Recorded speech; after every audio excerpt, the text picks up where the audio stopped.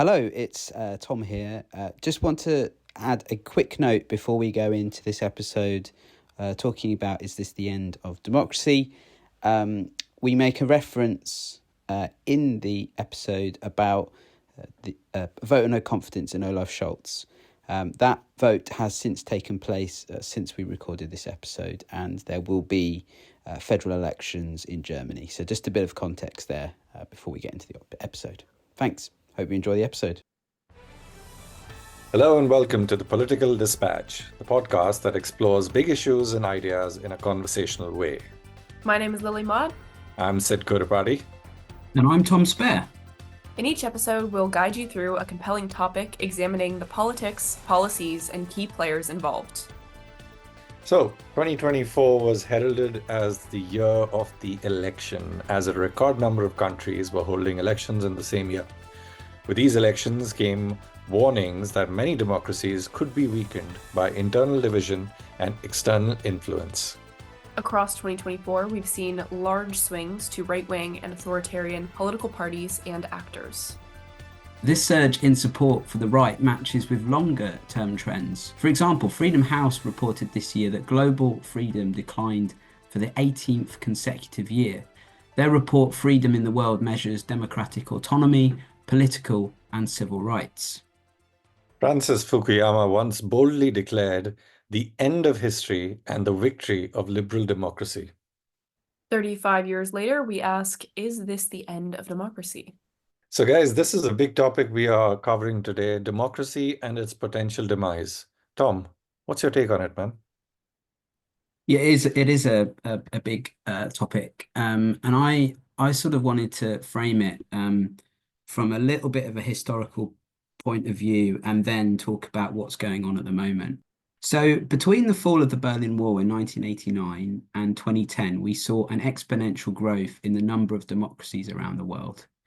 And it seemed like we were fulfilling Francis Fukuyama's famous 1989 article, The End of History, where he wrote, what we may be witnessing is not just the end of the Cold War or the passing of a particular period of post-war history, but the end of history as such. That is the end point of mankind's ideological evolution and the universalization of Western liberal democracy as the final form of human government. In simple terms, that is him saying the Western liberal democracy model has won against communism, and this is the future, and this is where a lot of countries are going to go.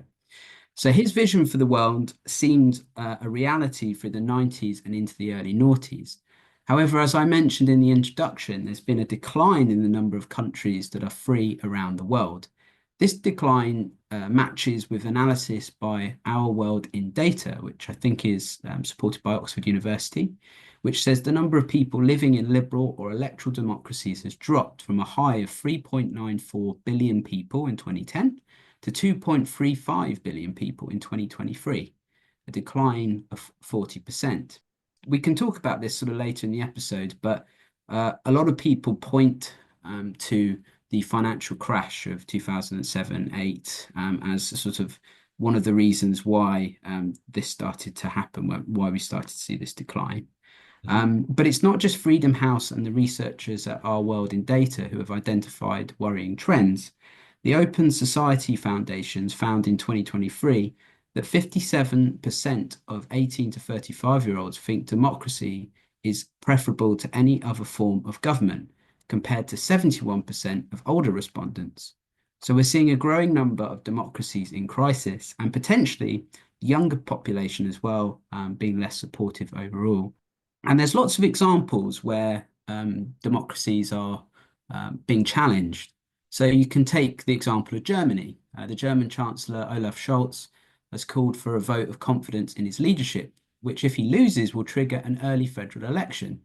Germany's economy has been faltering, and Scholz's decision to expand military capacity and send weapons to Ukraine has proved controversial. He's also struggled as the successor of Angela Merkel, who sort of was widely considered for a period as being sort of the leader of the free world when Trump came in and was sort of reluctant to take center stage and have America at the center of things. With Scholz's political career in ruins, the torch looks set to be returning to the previous political generation, so Friedrich Merz is highly likely to become the next Chancellor of Germany. He was once a rival of Angela Merkel and first vied for the chancellorship nearly 20 years ago. So, guys, if things don't go right, it's always worth persisting because this guy's been around for a very long time, and is a political veteran. And at 69 will become the second oldest person to hold the office of Chancellor if he gets to that point. Many democracies seem to be turning to older political leaders. So one of Europe's other political powerhouses, France, has seen a huge political upheaval. The French government recently collapsed. Michel Barnier lost a confidence vote, becoming first the oldest person to become prime minister, and he's also earned the title of shortest serving prime minister in French history. I'm not sure if he beats Liz Truss in the UK, but I need to look at those facts now. So Barnier had been appointed because President Emmanuel Macron had called a surprise parliamentary election where his party, Renaissance, lost a huge number of seats, whereas Marine Le Pen's National Rally made big gains. This added to an earlier defeat to Le Pen's party in the EU parliamentary elections, where we saw across Europe quite a lot of right-wing parties making gains. France and Germany are integral to the European Union, the European project, and Western democracy. The EU's originator organisation, the European Coal and Steel Community, ECSC, was created in 1951 through the Schuman Declaration to ensure France and Germany would become economically interdependent on one another and never go to war again. But 70 years later, a different country has started a war, and that's with Putin's invasion of Ukraine, which brought Europe once again into conflict. France, Germany, the US, and UK all threw their support behind Ukraine, deploying economic sanctions against Russia, freezing Russian assets, and sending military aid to the embattled Ukrainians. It's also worth pointing out when that invasion happened, there was a big coming together of democracies around the world. So led by President Biden and other leaders across Europe. And it was sort of seen as a potential turning point where democracy could win back again against authoritarianism. But things have sort of played out very differently. Ukraine needs a strong European Union to back them against Russia, but a weak France and Germany threatens unity and plays into Putin's hands. Central and Eastern European democracies have been battling the rise of the right and pro-Russian candidates in 2024. Elections have taken place in Poland, Slovakia, Lithuania, Moldova, Georgia, and Romania, amongst others. Romania's presidential result was annulled just days before the second round of voting was due to take place, sending the political system into chaos. Equally, Georgia has just appointed a former football player turned politician as their president. I think he played for Manchester City. So a weird sort of turnaround of events there. Further afield in South Korea, President Yoon Suk Yeol has faced 2 rounds of impeachment after trying to enact martial law in the country. South Korea has a history of being ruled by the military. Between 1961 and 1987, South Korea was ruled by military and authoritarian dictatorships. The attempt to enact martial law angered the people of South Korea, many of whom have been protesting because they didn't want to go back to that history of military rule. Yoon Suk Yeol has lost the second impeachment and was immediately suspended as president. South Korea is seen as a key ally of the United States, particularly as a buffer to North Korea, who are becoming more and more closely associated with Russia. So we're seeing this sort of pattern across the world where authoritarian regimes are working closer and closer together. There's also been big gains for the far right elsewhere in Europe, in the Netherlands, Austria, and Portugal. Germany has seen shifts to the right in regional elections, and in this coming election could see the right rising even more. And in the UK, Reform gained 5 seats with just over 4 million votes, and we see Nigel Farage out everywhere, and he seems to be very confident that they're going to make even more significant gains in the next general election. And in the US, the American people re-elected Trump and delivered both a Republican Senate and a House of Representatives. Donald Trump has indicated both a dislike of the European Union, but also takes the view that the US is providing too much costly economic and military support to Ukraine. He's also openly said that he has admired the qualities of authoritarian leaders. All these elections and political chaos have turned 2024 into a messy year for many democracies around the world. Guys, what are your thoughts on what you've heard so far? There are a couple of points that I want to kind of follow up with, Tom, that you brought up, because I think you gave a great summary of just a lot of what's been going on. I think for me, I want to go back to at the beginning, you said something about the rates of people voting and the decline. And I think that's what I really want to focus on. For me personally, I often get in this headspace where I can't really understand why people don't care about politics, or like why all of this political news hasn't phased people. It's just not something that maybe people care about if they are not political, quote unquote. Huge quotes around that, because as we've said on this podcast before, everything is political, but obviously it just might not impact people directly, or they might not see that impact, and therefore it's not that present in their minds. And I think that's something that I have to keep kind of reminding myself, is that often if politics don't directly touch people's lives, they might not, I guess they might not know nor care to know, which isn't necessarily a bad thing. I completely understand it. But I think that's also contributing to this democratic turmoil that we've been seeing around the world for the last year. We're seeing this political apathy among citizens in different countries around the world. And I think at the same time, while we're seeing political apathy, we're seeing the increasing influence of large corporations, especially those in the tech sector, on democratic processes in different countries, especially those that are very influential in the world order. So I think if you think about this political apathy point, as you mentioned, Tom, voter turnout has declined in elections around the world. Trust in governments is eroding, which I think we can see through all of the different protests, and also through a lot of voting decisions to shift power, as you mentioned, Tom, in the US, Trump being elected rather than Kamala Harris, where, that's a turnover to the other party. So we're seeing that in other countries, of course, with many countries favoring far right or right-leaning political candidates. And then many individuals are also just withdrawing, I think, from political news or from the democratic process altogether. So I think that the reasons for all of these different forms of disengagement are multifaceted. I think that people are disillusioned with politicians, which is not a new thing, but I think the pace and the pressures of life, especially as we came out of COVID, I think, and I have to keep reminding myself, COVID was still very recent. I think the world tried to move on very quickly, but I think that a lot of people have so many other things that they're worried about. And, sometimes politics isn't top of mind, which I definitely understand. But I also think for many, there's this sense of futility in a lot of systems where people just feel like their individual actions can't make an influence, which that's actually the foundation of democracy, that individuals hopefully can make a difference. But I think that people feel like they haven't seen that, and so they disengage. But I also think that while people are disengaging, we're seeing more influence of companies like Meta, for example, or all of Elon Musk's tentacles of different things that he has going on. We're seeing all these companies be more involved in politics while individuals are disengaging, which I think is very, very concerning. If you think about social media platforms, for example, a lot of people don't want their social medias to have political content on them, which is totally fine. But at the same time, you have companies like Meta who are making it so that then people don't see political content, which is concerning because it's encouraging apathy and it's encouraging political disengagement.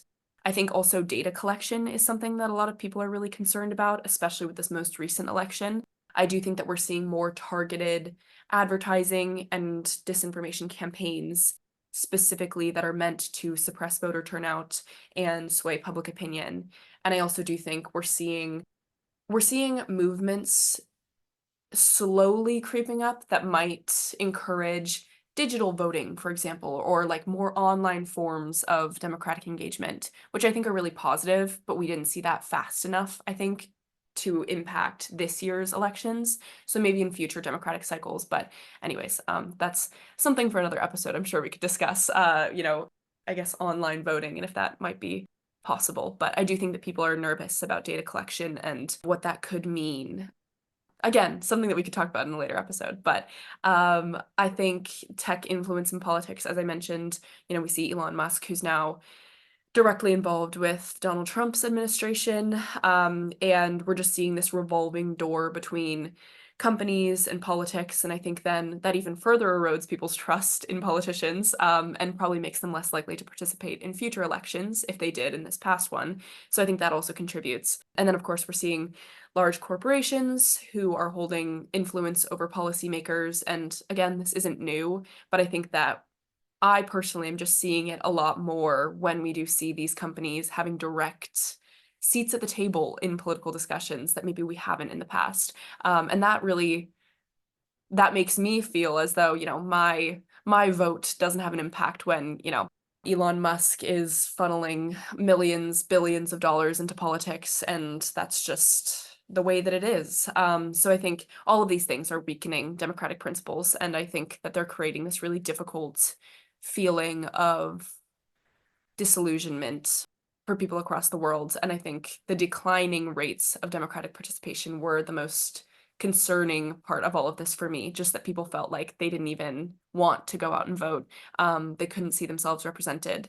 And I think that's going to have a huge ripple effect, especially as we see that a lot of those people who weren't voting were young people who we should really, really be focusing on trying to engage them the most, considering that they're going to be the ones that are hopefully upholding these democratic systems for decades to come, because hopefully we'll still see democracy in decades to come. But I think the way that we're going, it's very concerning. So I think voting, advocating for transparency, challenging misinformation, and holding corporations accountable as much as possible, those are all hopefully ways that we can kind of encourage people to continue to believe in democracy and try to sustain it. I'm going to try to end on a little hopeful note, but hopefully, Sid, you'll have some more hopeful things to say. But yeah, I think those were my real concerns over the last couple of weeks that as I've been thinking about this year. I think it's that declining citizen participation and interest in politics and interest in democracy, combined with the influence of tech companies and just kind of the overbearing nature of corporations being involved in politics. And that together to me just feels like a horrible confluence of variables.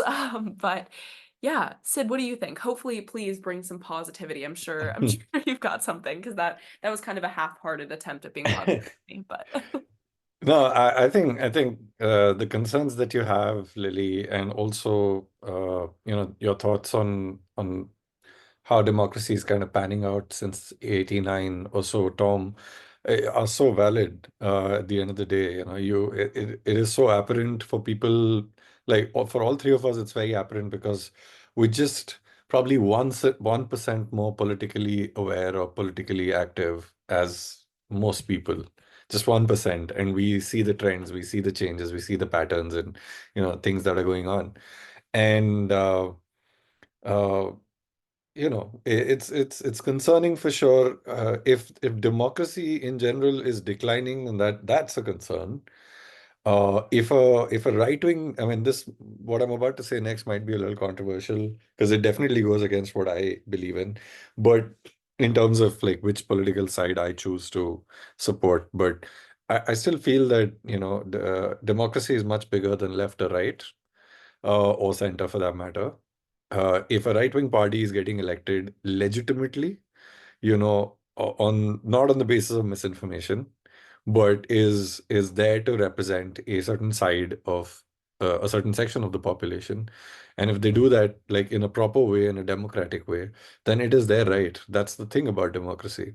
However, it is so clear that almost all right-wing parties at this point in time are indulging in misinformation or are, promoting misinformation in some form or the other. If there are investigations, impartial investigations done across the world, you'll notice that all these bots that exist on Twitter or in some way or the other, you will have right-wing parties which are coming up with this nonsensical propagandas which is against the basic human nature. The coexistence is what we're supposed to be going for, but we're kind of dividing everything, and that's where the whole technology point comes in, which Lily was talking about as to how you have an extremely political platform called X. And then you have the owner and the chairman of that. I don't know if his designation is chairman, but the main man, Elon Musk, is now the right-hand man of the going to be President Trump in the second term. And both are very volatile people, both are temperamental people, both tend to take very drastic decisions or rash decisions. So a lot of people must be like, oh, it's going to be amazing. But there is a huge possibility that they'll have a fallout within 6 months. So because it's quite likely that both of them don't, go hand in hand with a few things. Those are some of the thoughts that I had on what you guys mentioned. But I came up with a bunch of stats myself. So Tom, you're not the only one this time. So while you got it from Our World in Data, if I'm not wrong, I sourced it from VDEM, which is an organization or a project called Varieties of Democracy. I extensively quoted them in my dissertation. Haha, plug-in. But it is a premier institute for those for the uninitiated. It's a premier institute that studies, analyzes, and annually presents the status of democracy in the world. And they annually publish a report which comes out sometime in March, April. And it's very interesting. And it's basically the year that's gone by, right? So according to that 2024 report, some of the highlights I'll quickly read out, and then I'll add in my own observations based on what I read in the report. The level of democracy enjoyed by the average person in the world in 2023 is down to 1985 levels based on country averages and so on. So it kind of circles back to what Tom said about, it started changing since 1989, but before that, it was not so much, right? So according to this institute, we've gone back to 1985 levels.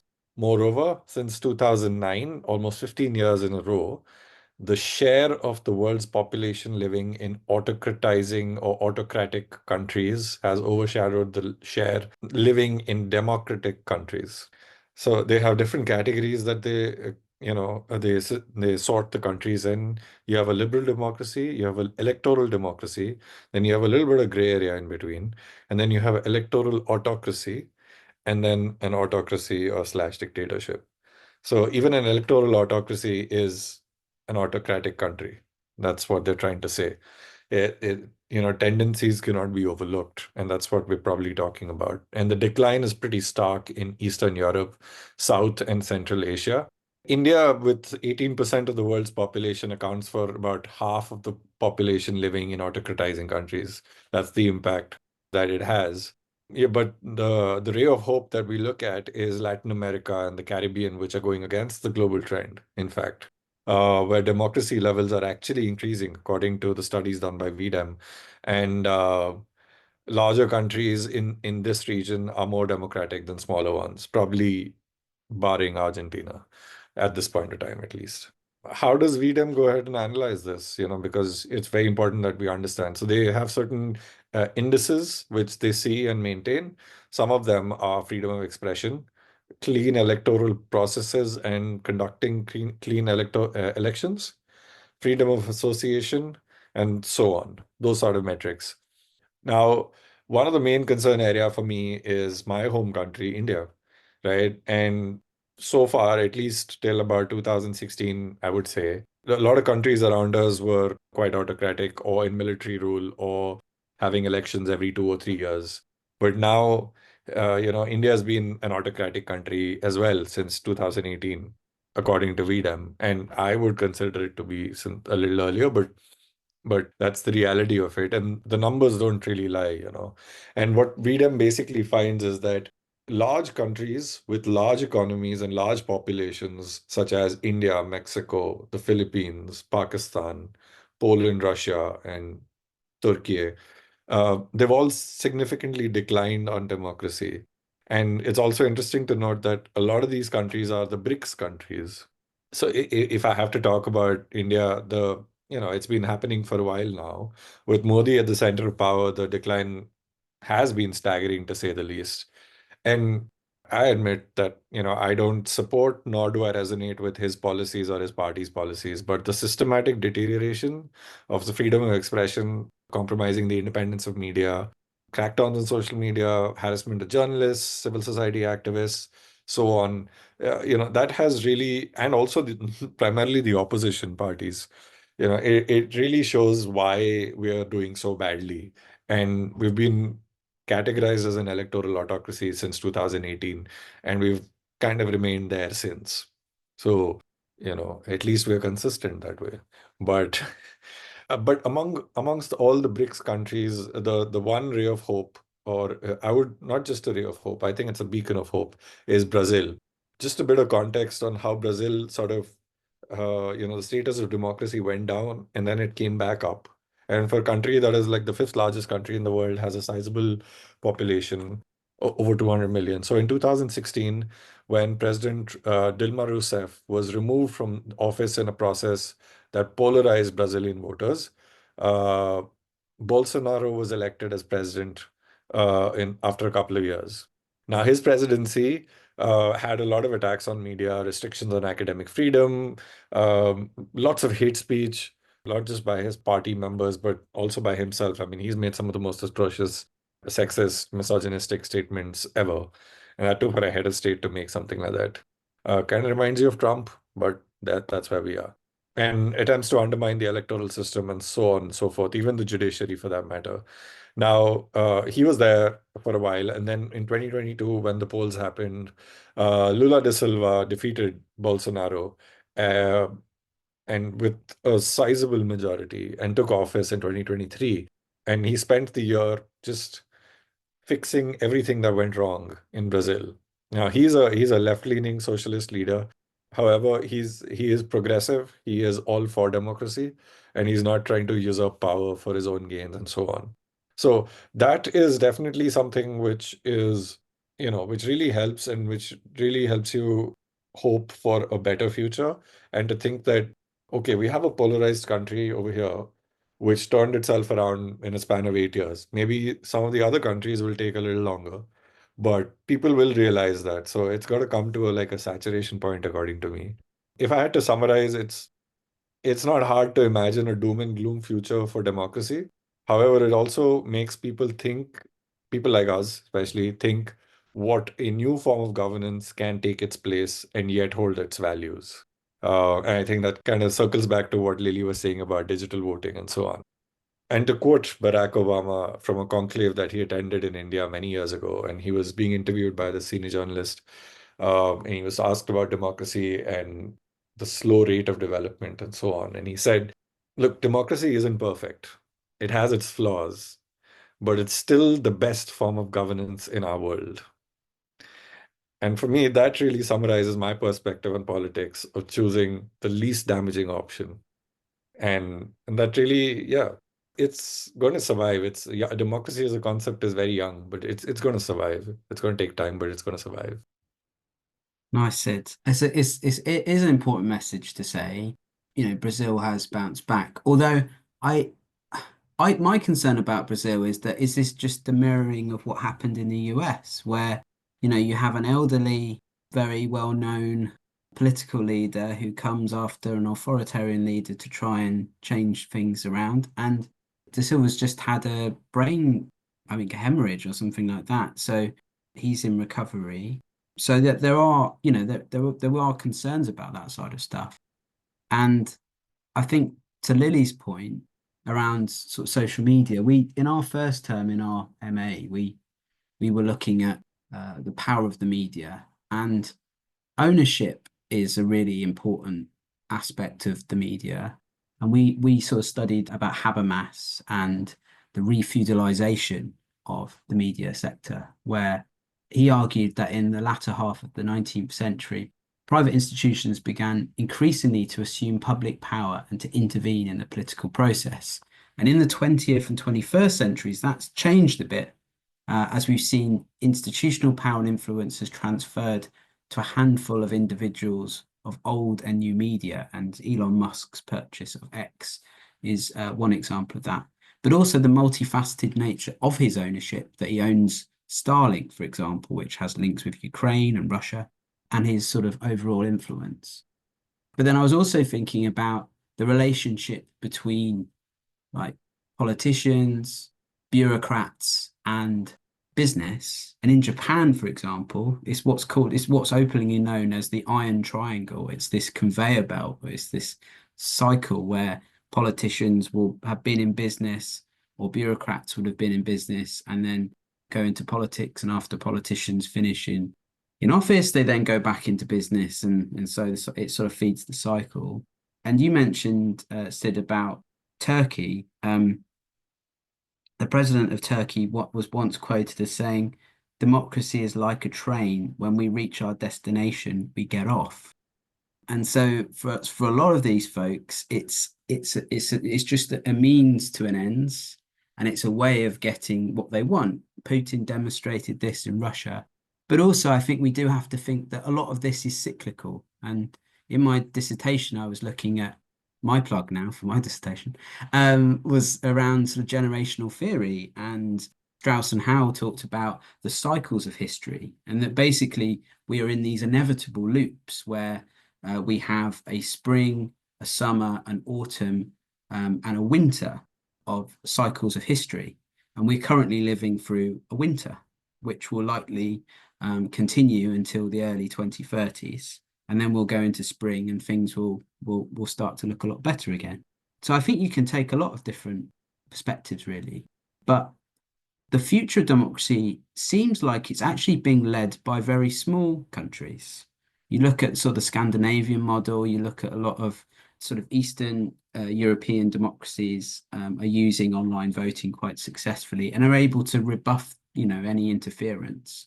But I think it's crazy how difficult it is to register to vote, for example. It just seems so stupid to me that it is such a performance to actually be able to register to vote in many countries around the world. And a lot of things about ID, and I think a lot of fiction is created to undermine a system which actually requires our encouragement, our help, and our support. And I think if we're actually to try and rejuvenate democracy, we have to make it relevant to people. My concern is like the Labour government in the UK is actually taking power away from local authorities to build, to build more houses. And there's this criticism that, local councils are that there's all these little committees of old people basically that are just going, I don't want these flats being built in my town or in my village. And I get that.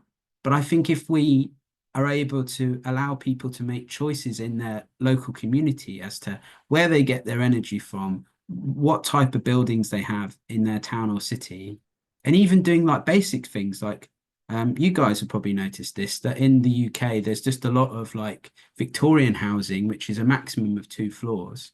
If we were to actually add a third or a fourth story to new houses, we'd be able to save a third of the space that we use. And we can use that on other things. We can bring communities closer together.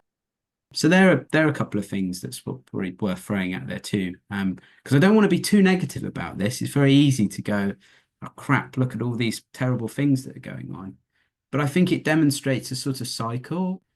Probably the best way to describe it would be when I've worked in organizations and there's been a lot of new people come in at the same time, there's been a lot of change and lots of great things happen. And then often when that group starts to leave, the organization changes again and it changes what it looks like. And that's the same with the way in which political entities operate across the world. New leaders will come in and it will sweep in new changes. And then they leave and a new bunch come in. I suppose it's just dependent on how hard people are willing to fight for it. And if you don't fight for democracy, you lose it. And if you don't have democracy, you don't have freedom. And eventually you lose your identity. And, it's really important to fight for something like that. And just one final thing, Angela Merkel's just released an autobiography about her time in office, but also the 35 years before she went into politics and the 35 years while she was in politics.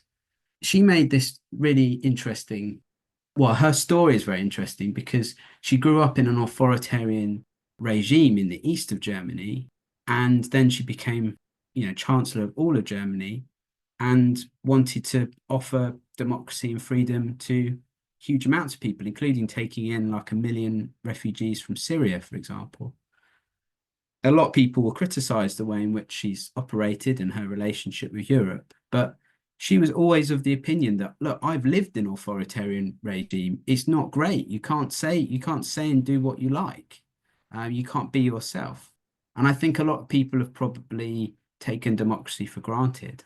How we try and get more people involved, I'm not sure really, but yeah, they're my thoughts. That's a bit of a long ramble, but Yeah, I do think lots of good points there, but I think this honestly would be worth another episode where we could do some kind of exactly like what you said, Tom, of yeah, how countries are creating initiatives and they're actually like building up public trust, because I know that there are some like for example, you know, in the UK there's this big movement. Wales already has it, but in England the votes at 16 campaign is a big thing that Labour is championing. So that's one thing, you know, it's like and getting in Scotland as well. Scotland has it. exactly, exactly. There are good things happening. So maybe that's worth another, maybe more positive side of Yeah, democracy, the things that yeah, people yeah, are yeah. doing in support around the world, because there definitely are initiatives. And I think that there are ways that hopefully there can be reform to try to counterbalance some of this. But yeah, way to end on a positive note. I think that we can we Yeah, can yeah, yeah. more Well, in another episode.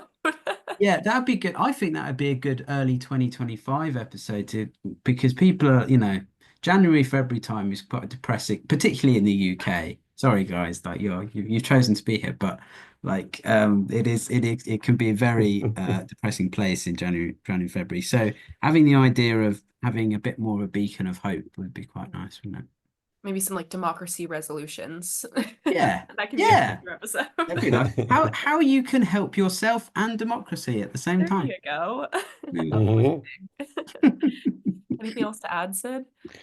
No, I think that you guys pretty much summarized it, and I think it's good to end like on a more positive note and a hopeful note. It just kind of brings me back to the definition or the idea of democracy or the origins of it is it's for the people, of the people, by the people. So, the people will fix it. Exactly. Good old Lincoln. Mm. And look, the ideas of democracy is ancient. It goes back to the ancient Greeks as well and earlier. And their version of democracy was, very limited to a particular group of people, but the principles were there. And as you mentioned, Sid, liberal democracy or the idea of it is actually relatively young. Like in the UK, women's rights were only endowed through Parliament, through Acts of Parliament from like 1918 to 1928. So Mm. we're not even 100 years in yet of being fully a liberal democracy. Although we think about it as this ancient thing, which it is, the functions that we know today are very new and they're constantly evolving. But I think the more we discuss things and the more we've learned on our course, it's so important to be active in whatever way whatever form that comes, really, to be able to listen and to critically evaluate the information that you're being given and what you say to other people as well and how you treat other people. Mm-hmm. Mm-hmm. I think that's a good way to tie it all together. And that brings us to the end of today's episode, unless anybody has anything to add. But thank you for joining us on the Political Dispatch as we unpacked how the world is currently facing a democratic crisis. But we'll have a more uplifting episode, as we mentioned, in January. Yeah. We would really appreciate it if you could, first of all, hope for a better democracy, and also if you could subscribe to the podcast. We would also love to hear your thoughts and feedback, so please leave us a rating or a comment wherever you're listening to this podcast now. That was a bit aggressive, isn't it, with the old exclamation mark? Thanks, everyone. See you in the next episode of the Political Dispatch, where we'll honestly be a lot more positive about the options available in democratic countries. Goodbye, good luck, and Happy New Year. Happy New Year.